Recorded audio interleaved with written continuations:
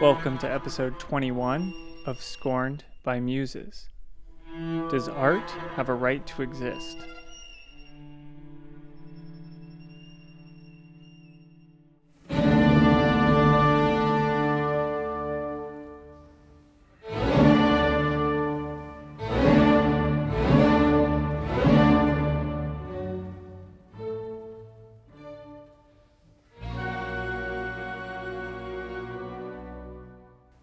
To be worthy of the name today, even to be necessary to the art scene as its salvation, there must be a consciously new way to be a critic, a way which seems self-contradictory and yet is the only straight way.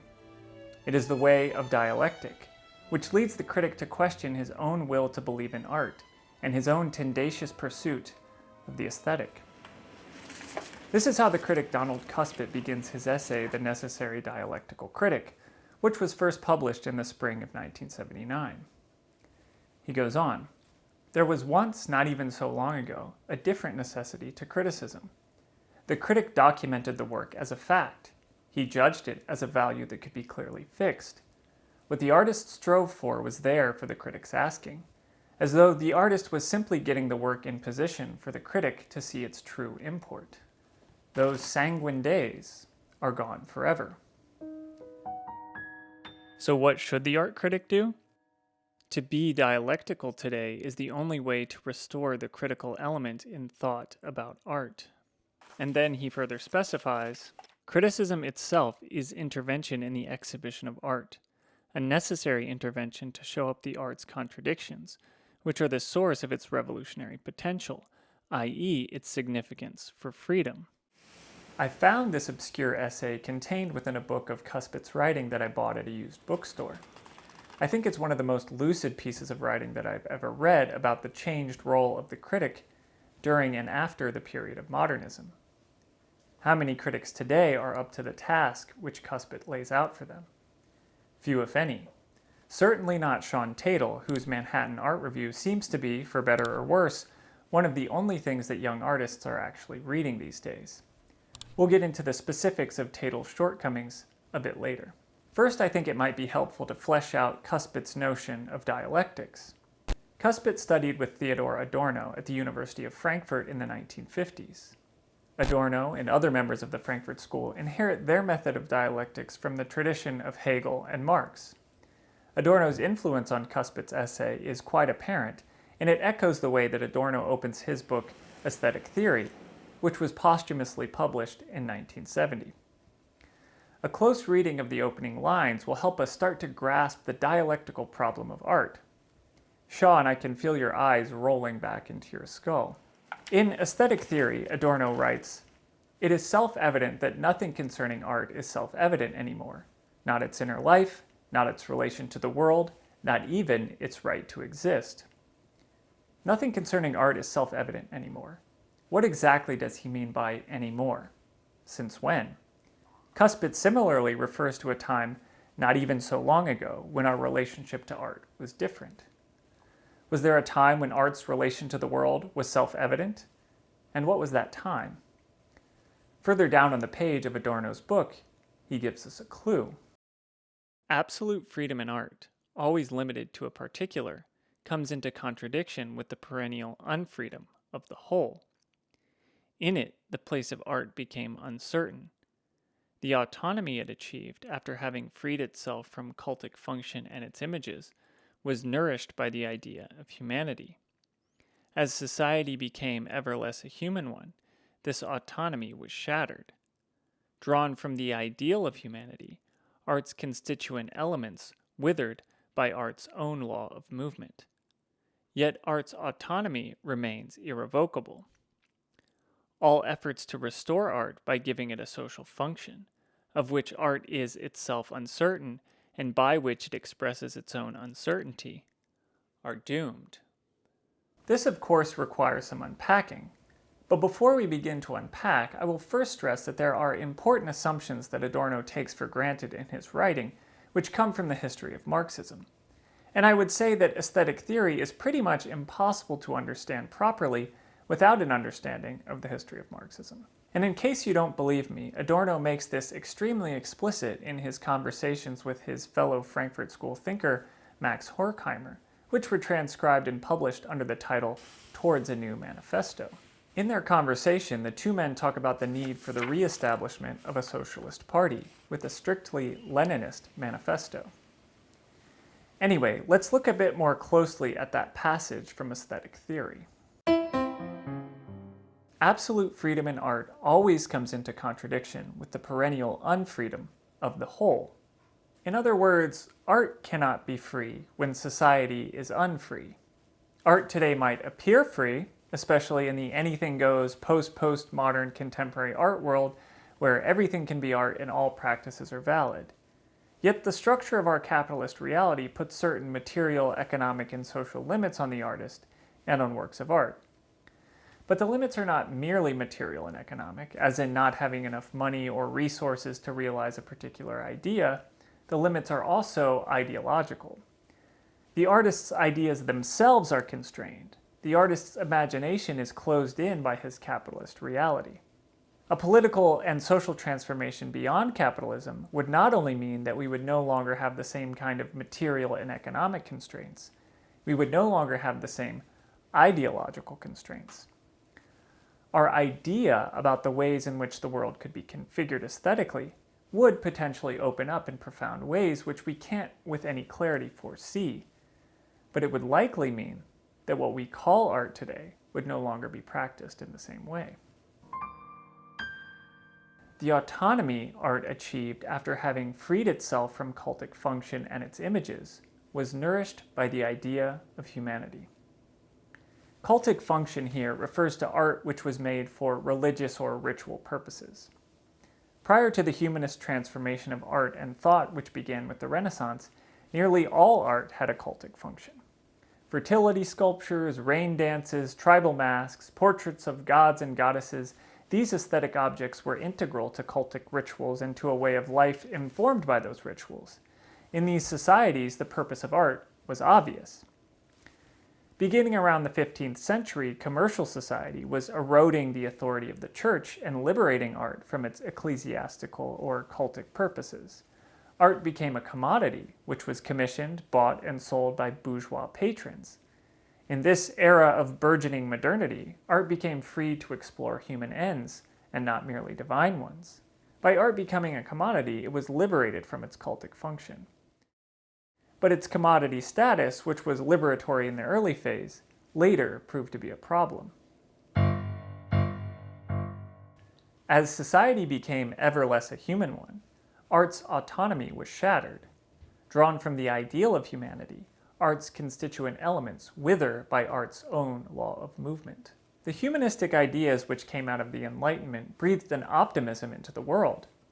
Humanity, through the application of reason, imagined itself capable of new forms of freedom and prosperity. Yet the course of history showed that these ideals were difficult to realize in practice, and in fact produced new forms of unfreedom and material poverty. The productive capacities which humanity had achieved through the proliferation of trade and the global division of labor came into self-contradiction through the Industrial Revolution. Machine production made human labor increasingly irrelevant. Yet human labor remained the only means through which one might participate in society and maintain one's livelihood. Men became either slaves of the machines or were cast down into the ranks of the unemployed, where they were forced to rely on the welfare provided by the state, or else to beg, cheat, and steal. This state of affairs produced new modern social and psychological ills, which rendered life unbearable. The place of art in this world became uncertain. As it tried to objectify these contradictions aesthetically, art turned inward, seeking the source of its meaning in itself, rather than in a world whose logic and meaning had become incoherent. This produced an art which appeared increasingly abstract and alien, and it kicked off a ruthless process of reduction as art strove to understand the essence of its existence.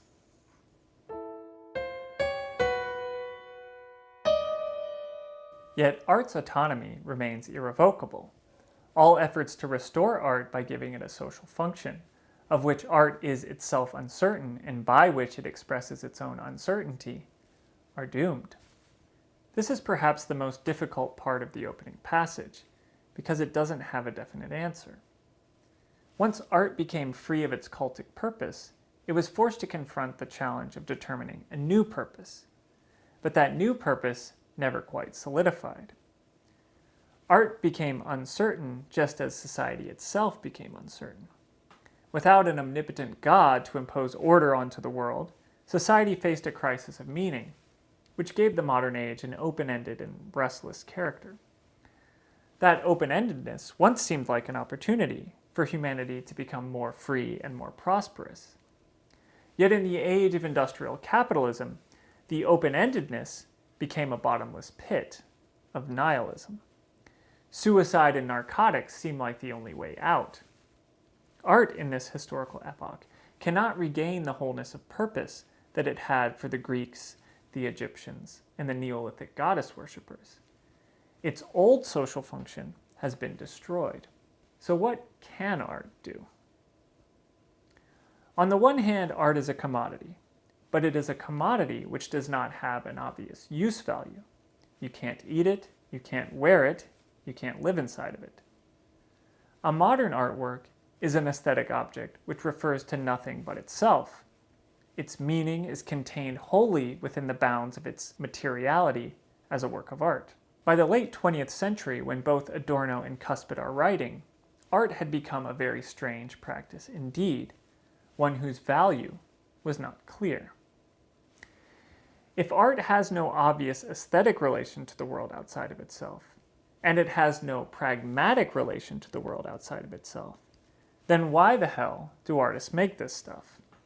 Perhaps art's only use from the late 19th century onwards is to reveal the limits of these categories and to point to the possibility of transcending them.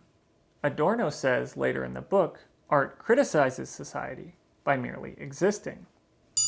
Yet, autonomous art makes itself a vehicle of ideology. The society at which it shudders is left in the distance, undisturbed.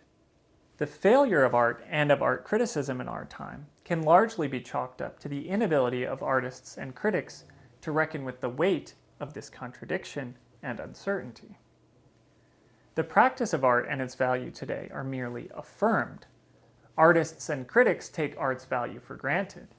The critical dimension I've just described has fallen away. To merely affirm art and art's value is to affirm our capitalist reality. Which brings us around to the man behind the Manhattan Art Review, Shawn Tatol, who has a habit of attacking me on the internet recently.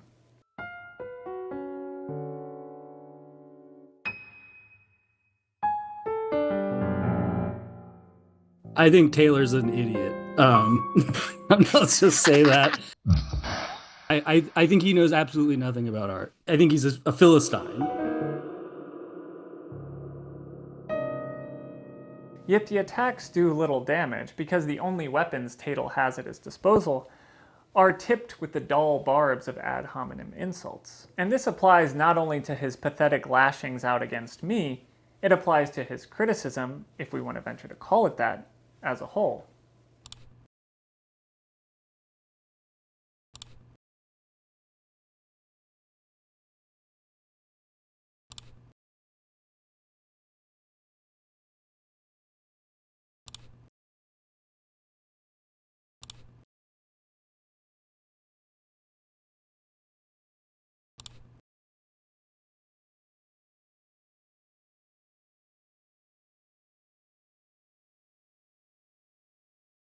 Because the substance of his thought is paper thin, he has to lean on the brute force of his bluntly stated opinions, which are sometimes fun to read, but we rarely learn anything from them.